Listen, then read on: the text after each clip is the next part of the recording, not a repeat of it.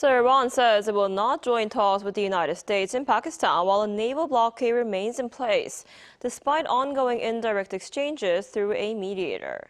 Tehran also condemned the U.S. blockade of Iranian ports and said the Strait of Hormuz is closed again.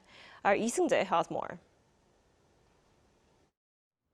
Iran says it will not send a negotiating delegation to Pakistan for talks with the United States, insisting discussions cannot move forward while a U.S. naval blockade remains in place.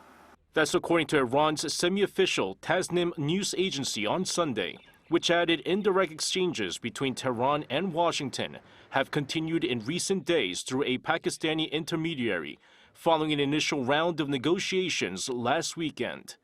The news outlet described the latest contacts as a continuation of that same diplomatic process.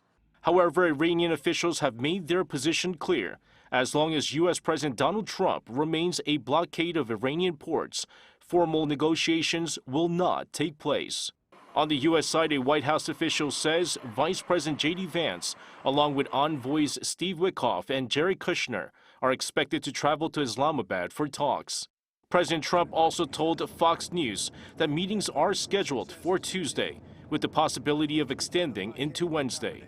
Iran's foreign ministry condemned the blockade, with spokesperson Ismail Bakai calling the move unlawful and a violation of a Pakistan-mediated ceasefire and a breach of international law, including provisions of the UN Charter.